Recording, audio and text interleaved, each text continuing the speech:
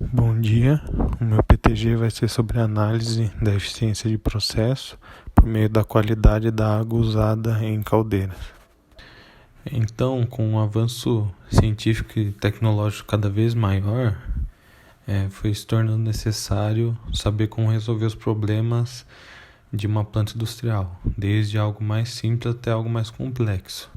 E tanto que com isso, quando se iniciou as indústrias, se iniciou os processos industriais, foi quando também teve início a termodinâmica, que através de estudos hoje é possível saber prever o que vai acontecer em um processo, através de cálculos e de vários conceitos que foram sendo desenvolvidos e que são aplicados em vários setores.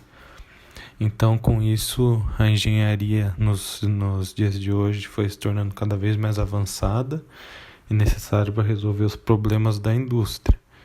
E com isso, na resolução desses problemas, também é possível ter uma padronização do processo industrial, tendo a maior eficiência possível. E no caso das caldeiras industriais, se usa principalmente conceitos de mecânica dos fluidos e de transferência de calor. Então, ainda no campo da engenharia, também é importante analisar o meio que está passando o processo, né, o fluido que está sendo passado, e se ele é corrosivo ou não. E também deve-se analisar isso em uma caldeira, para saber quais medidas tomar e como prevenir de qualquer dano que isso possa ter na eficiência, para tentar buscar o máximo de eficiência mássica e energética possível. Então, o objetivo desse trabalho é fazer uma análise precisa dos processos decorrentes em caldeiras industriais, através de cálculos, conceitos de física e química e aplicações práticas desses conceitos.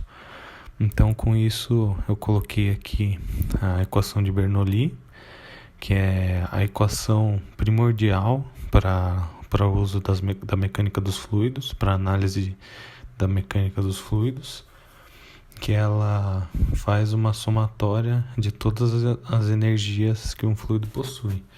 Então, ela faz uma somatória da energia potencial gravitacional, da energia potencial gravitacional, que é em relação à posição do fluido, à altura do fluido, da energia cinética, que é a energia do movimento do fluido, da sua velocidade, e a energia de expansão ou compressão desse fluido por meio de uma tubulação, que aí é a energia do trabalho. Então, fazendo os arranjos necessários, se tem a fórmula geral.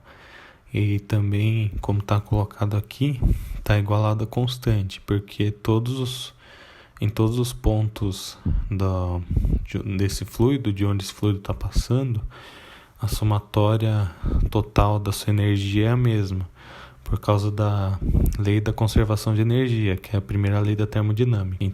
E eu também coloquei o caso da resistência térmica, que, como vocês podem ver, faz uma analogia à resistência de elétrica. Então, a resistência térmica faz uma analogia à resistência de um circuito elétrico. O Q, que é o calor, pode ser tanto condução, convecção ou radiação. Ele faz uma analogia à intensidade da corrente elétrica, e a temperatura, ela faz uma analogia à diferença de potencial, porque a temperatura que é a força, assim como a diferença de potencial é a força motriz para correr a intensidade, a transferência de elétrons pela intensidade elétrica, pela corrente elétrica. A temperatura é a força motriz que torna possível a transferência de calor. E aqui eu coloquei, nesse exemplo que eu coloquei, tem resistências em série, mas também pode ter casos de ter resistência em paralelo, quando se tem duas superfícies diferentes e as duas estão passando o calor aquela mesma distância, as duas estão recebendo calor ao mesmo tempo, estão realizando uma troca de calor ao mesmo tempo. E eu também coloquei a equação de um cilindro de regime permanente sem geração de calor, sem geração de energia, que é uma equação diferencial que se relaciona a diferença no raio, né? Se relaciona como o raio vai variando, à medida que o raio vai variando, como vai variar na temperatura. Então, fazendo os arranjos necessários para cada sistema precisa, e integrando de ambos os lados, dá para se ter um panorama geral do sistema, uma equação que descreve o sistema como um todo, e dá para prever todo o sistema. E dá para prever tanto a temperatura quanto o calor que vai passar, e também dá para prever qual a resistência que esse sistema vai ter à transferência de calor. Então, com esse estudo, vai ser possível fazer uma análise precisa dos processos físicos e químicos de uma caldeira e propor soluções para aumentar a eficiência geral e evitar incrustações decorrentes de meios corrosivos e também perdas necessárias de massa e de energia.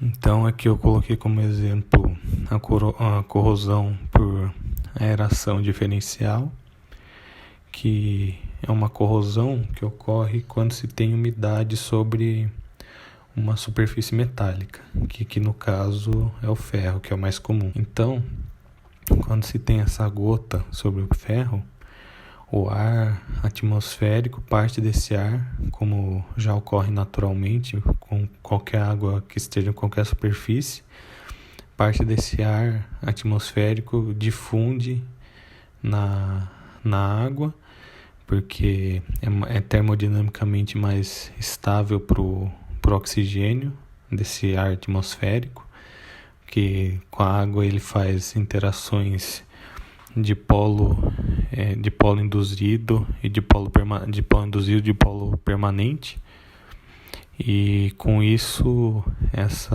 a região mais externa vai possuir a maior concentração de oxigênio, a região mais interna vai possuir a menor concentração. E para equilibrar essas concentrações, que é o objetivo do sistema, e o que a força motriz do sistema é ter essa diferença de concentração de oxigênio, o oxigênio vai capturar elétrons desse ferro do ânodo, né, que é a região que está menos concentrada, e com isso, como ele está em contato de água, H2O, ele vai virar OH-. Então, tendo parte desse oxigênio da mais externa virando OH-, vai começar a reduzir essa concentração que tem na região mais externa, e essa reação vai ocorrendo até que se tenha um equilíbrio das concentrações. E metodologia, eu pretendo usar de estudos de caso, realizar práticas laboratoriais e industriais, utilizar artigos científicos nacionais e internacionais e consultar dados de especialistas para poder fazer a melhor análise possível dos dados coletados de experimentos e também da parte teórica. E é isso. Muito obrigado.